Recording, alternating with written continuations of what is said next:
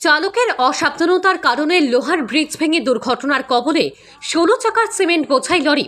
দুর্ঘটনাটি সংঘটিত হয় আজ দুপুর আনুমানিক ১টা নাগাদ কাঞ্চনপুর পেট্রোল পাম্প সংলগ্ন এলাকায়। জানা যায়, আজ দুপুর আনুমানিক ১টা নাগাদ বহিরাজ্য থেকে আসা একটি সিমেন্ট বোঝাই ১৬ চাকার লরি কাঞ্চনপুর পেট্রোল পাম্প সংলগ্ন এলাকায় অস্থায়ীভাবে নির্মাণ করা লোহার ব্রিজে উঠতেই হুড়মুড়িয়ে ভেঙে পড়ে ব্রিজটি।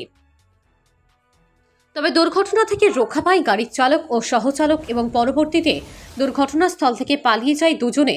এদিকে এলাকাবাসীদের সূত্রে জানা যায় যে কাঞ্চনপুর জম্পুই সড়কের নির্মাণ কাজ চলছে দীর্ঘদিন থেকে, যার কারণে কাঞ্চনপুর পেট্রোল পাম্প সংলগ্ন এলাকার পুরানো ব্রিজ ভেঙে নতুন ব্রিজের নির্মাণ কাজ চলার কারণে পাশেই একটি লোহার অস্থায়ী সেতু নির্মাণ করা হয় ছোট যানবাহন চলাচলের জন্য। ব্রিজের পাশেই ব্রিজটির ধারণ ক্ষমতা উল্লেখ থাকলেও আজ কেন বা কী কারণে ১৬ চাকার সিমেন্ট বোঝাই লরি নিয়ে চালক ব্রিজটিতে উঠল, এলাকাবাসীদের প্রশ্ন।